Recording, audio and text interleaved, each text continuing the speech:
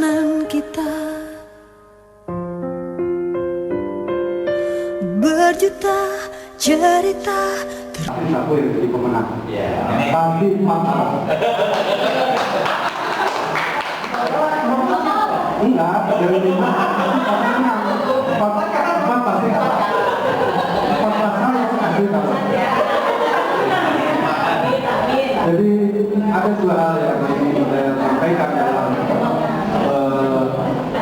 silaturahim ini, dan dari 5 pasangan ini adalah pasangan Salafi yang paling pertama berani untuk berdialog dengan para dosen yang juga dikenal dengan katanya akademisi. Pokoknya kurang lebih seperti itulah. Ada dua hal yang bisa saya sampaikan tadi juga merujuk dari apa yang disampaikan oleh Pak Witoyo. Kalau kita merujuk pada Undang-Undang 34, jadi kalau bilang itu berpikir keluar norma yang berlaku. Nah, seperti apa? Misalnya selama ini kan PKD kita dari pajak dan lain sebagainya, membangun itu juga sumbernya dari situ. Nah, ke depan saya kira kepala daerah dibutuhkan seorang yang memiliki entrepreneurship, yang mampu mengundang pemodal masuk ke dalam. Saya ingin mencontohkan, itu misalnya Pak Muhtar. Pak Muhtar itu mampu membangun jembatan Sumarekon itu tanpa PKD. Walaupun itu untuk kepentingan swasta, itu adalah salah satu contoh out the box. Contoh yang lain, Jokowi bagaimana membangun pasar. Nah, inilah kaitannya tadi dengan yang disampaikan oleh Pak Witoyo. Jadi seorang pasangan itu harus memunculkan apa yang disebut dengan dalam istilah pilkada ini magic number. Saya mau membangun pasar sekian, saya mau membangun pasar sekian. Nah, itulah yang kelihatannya memang hampir setiap pasangan itu belum memunculkan inovasi-inovasi yang out the box tadi. Jadi, saya kira perlu itu kepada publik diberitahukan seperti apa pemikiran, pandangan, rencana yang akan disampaikan oleh pasangan Salam ini.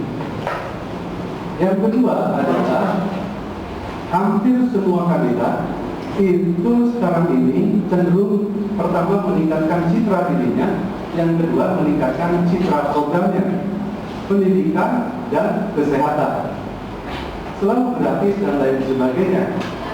Nah, saya ingin menyampaikan beberapa hal perkembangan Kota Bekasi selama ini. Ternyata sekarang perkembangannya sangat luar biasa, di mana-mana perguruan tinggi itu begitu banyak sekarang berdiri.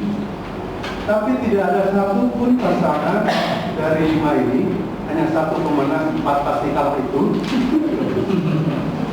yang lebih melihat potensi bagaimana meningkatkan daya saing atau potensi dari perguruan tinggi yang ada di Kota Bekasi.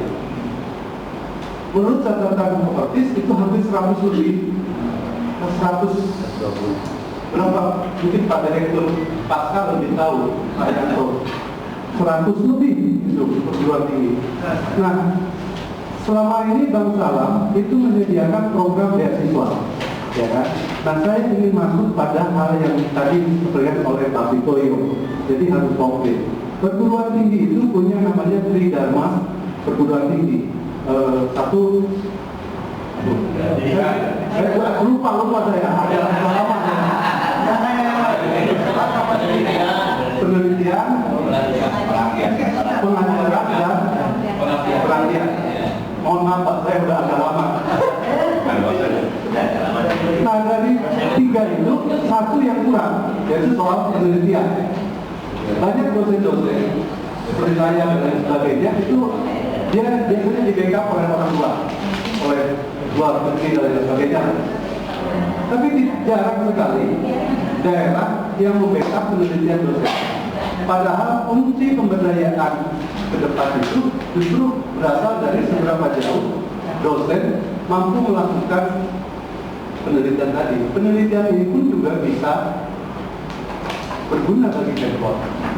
Ambillah katakanlah begini, kalau Bang Salam jadi, maka anggaran 10% khusus untuk para dosen. Insya Allah Insya Allah, Bang Salam bagian dari yang 1,6 tadi, bukan kami. Jadi itu yang disebut tadi oleh Pak Witoyo komplit, ada magic numbernya. Jadi dari visi-visi ini memang seperti inilah ada, tapi harus nanti memunculkan apa yang disebut dengan magic number tadi. Jadi saya bangun jembatan 5, 10, 20 dan lain sebagainya. Itu hanya sekedar masukan dari saya, dan saya sangat mengapresiasi tentu saja teman-teman dosen juga dengan kehadiran Bang Salam di sini. Dan satu hal Pak, saya ada hal yang lupa.